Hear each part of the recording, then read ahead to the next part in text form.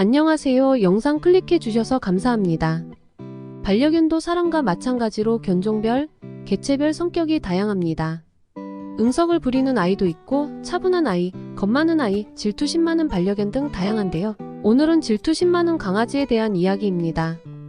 반려견은 어떤 부분에 질투심을 느끼고 어떤 행동들을 하는지 알아보도록 하겠습니다. 질투심 많은 반려견 행동 5가지 시작합니다. 질투 행동 첫 번째는 자신의 영역을 침범할 때 짖습니다. 반려견은 자신의 영역을 침범하는 사람이나 반려동물에게 짖음으로 표현합니다. 자신이 사랑을 독차지해야 하는데 사람이나 반려동물로 인해 사랑이 분산되거나 뺏기는 상황에 질투를 느끼는 것이지요. 예를 들어 자신의 소중한 가족 중에 새로운 반려동물을 맞이할 경우 새로운 반려동물에 관심을 갖게 되면 대부분의 반려견들은 질투를 느끼게 됩니다.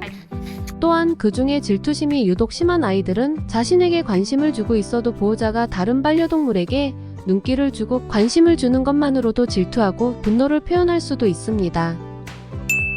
질투 행동 두 번째는 소파나 쿠션 등을 파괴합니다.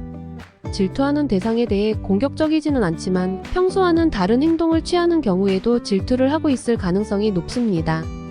질투할 때 취하는 행동 중 하나로 파괴 행위를 들 수 있습니다. 가장 많이 하는 행동이 소파나 쿠션 등을 물어뜯어 망가뜨리는 행동입니다. 질투로 인해 쌓인 스트레스를 해소하고 싶지만 질투의 대상이 되는 반려견이나 사람에게 공격은 할 수 없기에 파괴 행동으로 이어지는 것입니다.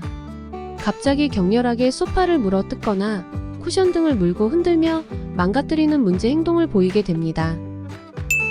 질투 행동 세 번째는 배변 실수입니다. 새로운 사람이나 반려동물이 생기기 전에는 아무 문제 없이 배변을 잘 보던 녀석이 질투심 때문에 고의적인 배변 실수를 일으키는 행동을 합니다. 이런 식으로 배변을 함으로써 보호자의 관심을 끌어내려 하는 것으로 생각됩니다. 이런 의미는 나에게 관심을 주지 않으면 계속 이렇게 아무데나 배변할 거야 라는 식의 나름의 어필을 하는 거죠. 반려견이 강한 스트레스를 받는 것으로 인해 평소와 다른 행동을 하는 것이나 보호자에게 어필하려는 생각이 겹쳐서 문제 행동으로 이어지는 것은 경험해보신 분들도 계실 겁니다. 새로운 아이가 태어나거나 새로운 반려동물을 입양한다면 이 부분도 참고하시길 바랍니다. 질투 행동 네 번째는 억지로 보호자 옆에 끼어듭니다. 예를 들어 질투의 대상과 즐겁게 놀고 있을 때나 이야기를 하고 있을 때 그럴 때 일부러 방해하려고 합니다. 알기 쉬운 예로 아기를 돌보려고 한다거나 할 때 즉시 반응하며 보호자의 옆으로 다가옵니다. 아이와 보호자의 사이나 보호자의 겨드랑이에 얼굴을 들이대고 자신의 존재를 어필하려는 아이도 있습니다.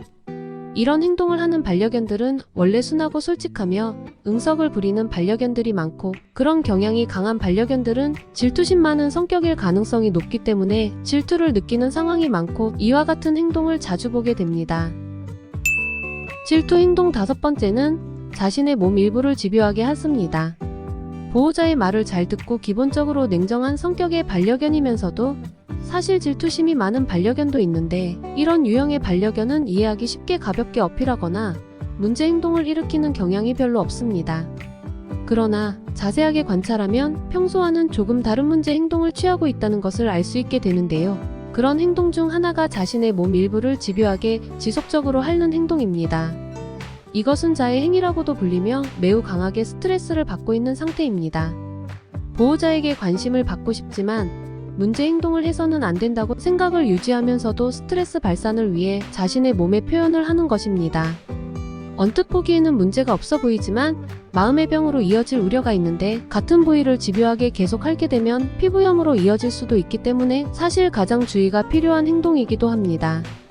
만약 반려견이 특정 부위를 집요하게 핥고 있다면 즉시 멈추게 하고 염증이 생기지는 않았는지 확인합니다.